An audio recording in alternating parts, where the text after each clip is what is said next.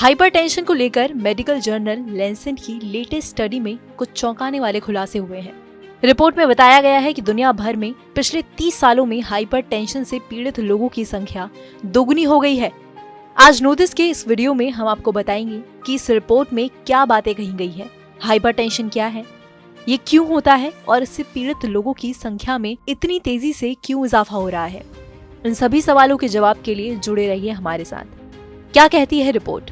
शोधकर्ताओं की एक टीम ने 184 देशों में 3 दशकों से 100 मिलियन से ज्यादा लोगों के ब्लड प्रेशर मेजरमेंट्स का एनालिसिस किया। इन लोगों की उम्र 30 से 79 साल के बीच है। रिसर्च में उन्होंने पाया कि 1990 में हाइपरटेंशन से पीड़ित महिलाओं की संख्या लगभग 331 मिलियन और पुरुषों की 317 मिलियन थी।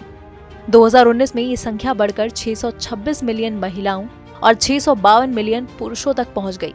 शोधकर्ताओं ने बताया कि सरल इलाज और सस्ती दवाओं के बावजूद 2019 में दुनिया भर में हाइपरटेंशन से पीड़ित लगभग आधे लोग अपनी इस कंडीशन से अनजान थे। इसके साथ ही बताया गया कि आधे से ज्यादा लोगों ने जानते हुए भी अपना इलाज नहीं कराया। आइए अब जानते हैं कि हाइपरटेंशन क्या है। हाइपरटेंशन हाई ब्लड प्रेशर का ही दूसरा नाम है। हाइपरटेंशन एक खतरनाक स्थिति है जो दुनिया भर के लाखों लोगों को प्रभावित कर रही है। ये ऐसी कंडीशन है जिसमें नसें सिकुड़ जाती हैं। इसकी वजह से खून के फ्लो पर प्रेशर बढ़ता है। हाई ब्लड प्रेशर कई बार जानलेवा हो सकता है। ये दिल का दौरा, stroke, dementia, chronic kidney disease और विजन लॉस की वजह भी बन सकता है। हालांकि इसको कंट्रोल करने के लिए दवाएं भी उपलब्ध हैं। लाइफस्टाइल और डाइट में बदलाव कर ब्लड प्रेशर को कम किया जा सकता है। भयानक सर दर्द, धुंधला दिखाई देना, सांस फूलना, थकान, जी मिचलाना, नाक से खून बहना इसके आम लक्षण हैं। क्यों खतरनाक है हाइपरटेंशन? स्टडी में कहा गया है कि हाइपरटेंशन दुनिया में हर साल 8.5 मिलियन से ज्यादा मौतों से जुड़ा हुआ है। पिछली स्टडीज से पता चला है कि हाइपरटेंशन को कम करने से स्ट्रोक की संख्या को 35 से 40%, हार्ट अटैक को 20 से 25% और हार्ट फेलियर को लगभग 50% तक कम किया जा सकता है। हाइपरटेंशन कार्डियोवास्कुलर डिजीज के लिए प्राइमरी रिस्क फैक्टर है।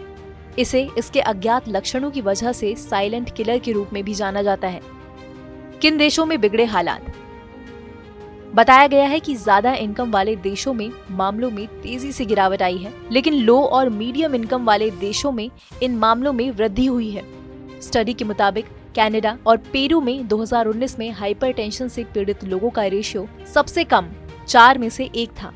ताइवान, दक्षिण कोरिया, जापान और पश्चिमी यूरोप के कुछ देशों में महिलाओं में हाइपरटेंशन की दर सबसे कम थी, जबकि इरिट्रिया, बांग्लादेश, इथोपिया और सोलोमन द्वीप में पुरुषों की दर सबसे कम थी।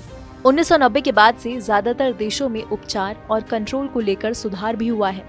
इसमें कनाडा, आइसलैंड और दक्षिण कोरिया जैसे हाई इनकम वाले देशों में बड़े सुधार देखे गए हैं। हालांकि सब सहारन अफ्रीका, ओशिनिया, नेपाल और इंडोनेशिया में थोड़ा ही बदलाव आया है। हमारी इस रिपोर्ट पर आपकी क्या राय है? कमेंट सेक्शन में जरूर लिखें। इस वीडियो को लाइक करें, शेयर करें। देश और दुनिया की तमाम मुश्किल खबरों को आसान भाषा में समझने के लिए सब्सक्राइब करें हमारा डिजिटल चैनल नो दिस।